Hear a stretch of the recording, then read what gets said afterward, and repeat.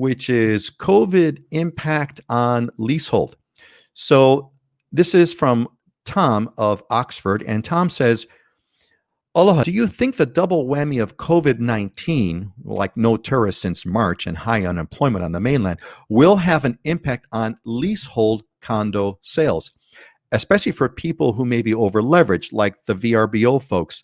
They've now faced a significant monthly nut, like a high homeowners fees, insurance, taxes, and rent, and possibly a mortgage. I've been watching leasehold condos on Kauai, and there's a lot of inventory. Like, for example, there's over 20 units in one complex in Poipu. The 20 units in Poipu have their leasehold fee reset in 2021,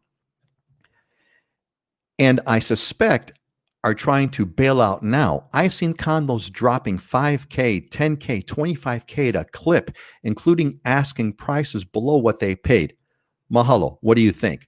So, Scott, how do you respond to Tom? I mean, obviously, what Tom's talking about, right? The whole VRBO thing. What's going to happen with where do you see the market going with these over-leveraged VRBO properties? And there's another twist over here about lease. So maybe kind of let's hit this in sort of a two-part question.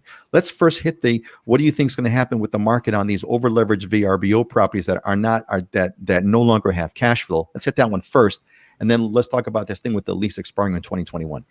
Yeah, so the first part of that over-leveraged VRBO market, absolutely. I mean, if people don't have any income coming in and they have carrying costs, it will affect them. However, the big difference, and Dylan hit on this on a previous show, which was really important, is to get a loan now versus when you got a loan prior to the 2008 crash.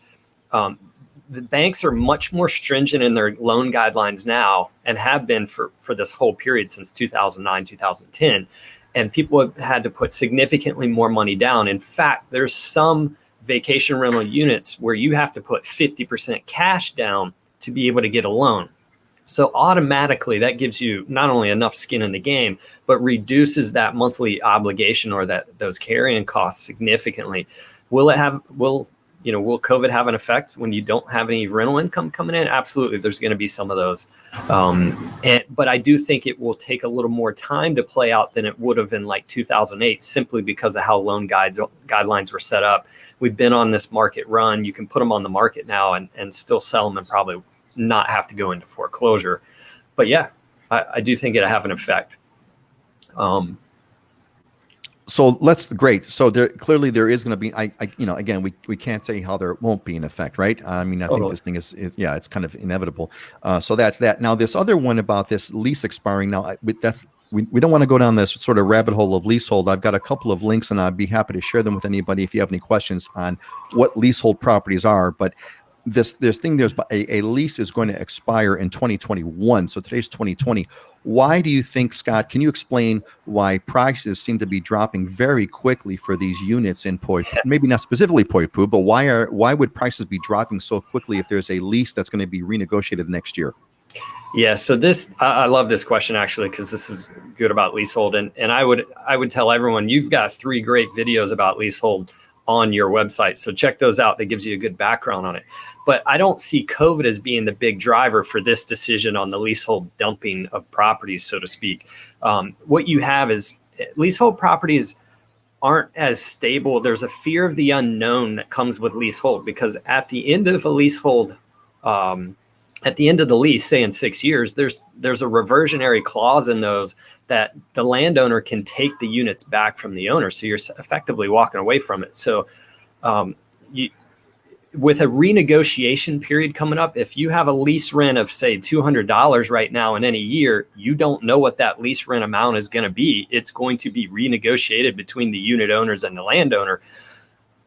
Why do you want to buy in that? That you really have to entice someone to buy in that, especially with a 60-year lease left on it, on that property. That's not a very desirable property. So yeah, you're going to have to discount your price to move that property for someone else to buy it.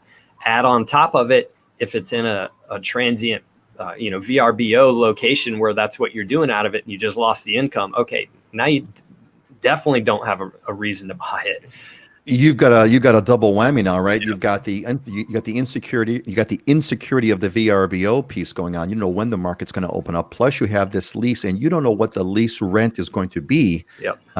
going after this. One thing I mentioned in one of the videos is, if the last time the lease was negotiated was 20 years ago, you've got 20 years of pricing that's going to be built into this next lease payment, and you might have a skyrocketing lease. You have no idea what's going on. So that's why the prices are plummeting, And 15, 20K at a time.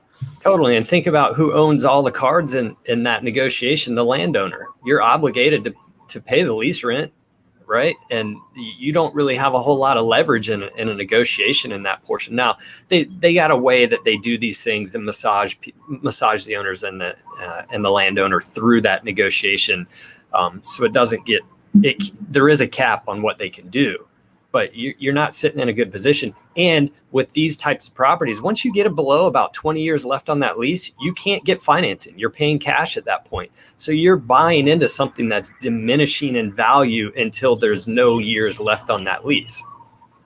Where I see that, Kahala Beach Apartments, I get a lot of people calling me. Kahala Beach Apartments is leasehold on the ocean with like 6 years left on the lease. They're like 200,000. So they're very appealing. People go, hey, what's up with this? The buyers that we see buying in that are significantly older in their years, that have a significant amount of wealth, that are willing to buy in there and live and enjoy the lifestyle, and don't care about what happens to that property at the end of the lease.